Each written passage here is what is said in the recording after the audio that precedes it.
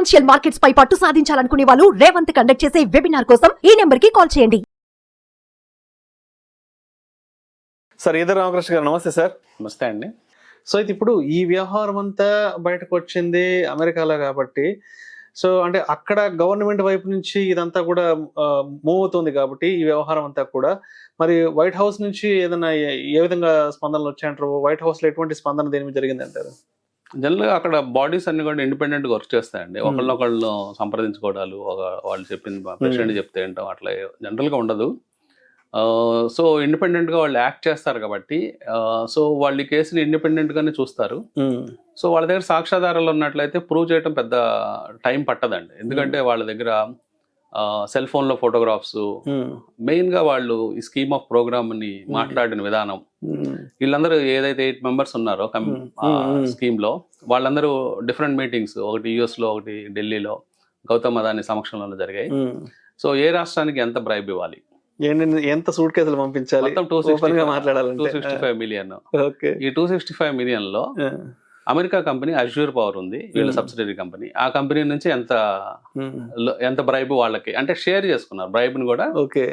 America company నుంచి 2 భాగాలు చేసి ఒక రాష్ట్రానికి 7 మిలియన్లు, ఒక రాష్ట్రానికి 76 మిలియన్లు ఇట్లా షేర్. అంటే ఇక్కడ వాటాలు ఇచ్చేందుకు అక్కడ వాటాలు పంచుకున్నారు. అంటే ఇక్కడ లంచాలు ఇచ్చేందుకు అక్కడ వాటాలు పంచుకున్నారు. సో అవన్నీ కూడా ఆ బ్రైబ్ ని ఎలా డిస్ట్రిబ్యూట్ చేసుకున్నారు వాళ్ళ అమాంగ్ ద కంపెనీనే.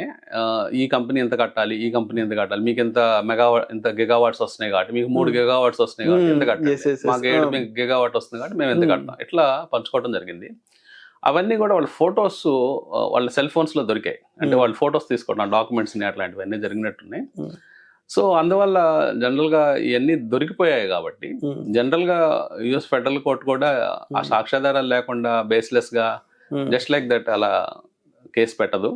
సో కానీ యాజ్ ఏ కంపెనీగా వీళ్ళు కంపెనీని ప్రొటెక్ట్ చేసుకోవడానికి, సర్వైవ్ చేసుకోవడానికి, వాళ్ళ లార్జ్ షేర్ హోల్డర్స్ ని ప్రొటెక్ట్ చేసుకోవడానికి, వాళ్ళ ఎంప్లాయీస్ ని ప్రొటెక్ట్ చేసుకోవడానికి వాళ్ళు ఖండించడం సహజమే.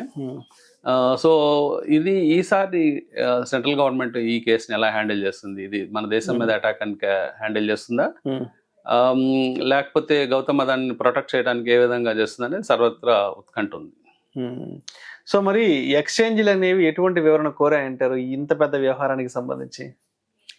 సెబీకి ఇప్పుడు పెద్ద ఉందండి. అంటే ఇక్కడ జరిగింది ఏంటంటే, సాగర్ అదానీని ఎప్పుడైతే మార్చ్ 2023లో ఆల్మోస్ట్ వాళ్ళ ఇంట్లో అటాక్ చేసి, సోదాలు చేసి, వాళ్ళ విలువైన గ్యాడ్జెట్స్ అన్ని తీసుకెళ్తున్నప్పుడు, అవన్నీ జరిగినప్పుడు వాటి గురించి ఇన్ఫర్మేషన్ సెబీకి ఇవ్వాలి. అదానీ గ్రీన్ ఎనర్జీ కంపెనీ తరఫున సెబీకి ఇన్ఫర్మేషన్ ఇవ్వాలి. సో ఇన్ఫర్మేషన్ ఇవ్వకుండా దాచిపెట్టారు.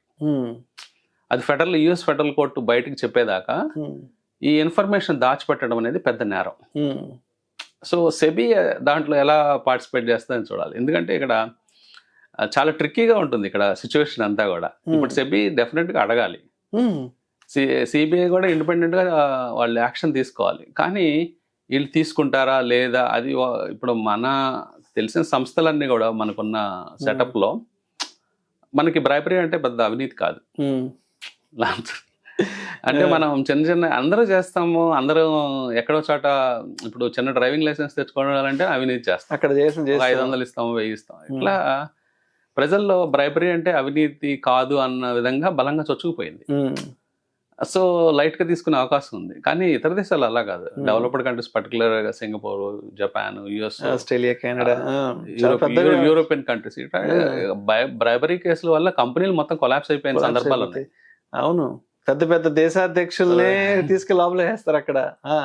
మనం గతంలో జరిగిన బ్రైబరీ కేసులు కనుక చూస్తే, గోవాలో హైవేస్ అండ్ వాటర్ మేనేజ్మెంట్ కి సంబంధించి అమెరికన్ కంపెనీ ఒకటి ఇట్లాగే బ్రైబ్ చేసింది లోకల్ గవర్నమెంట్ ని.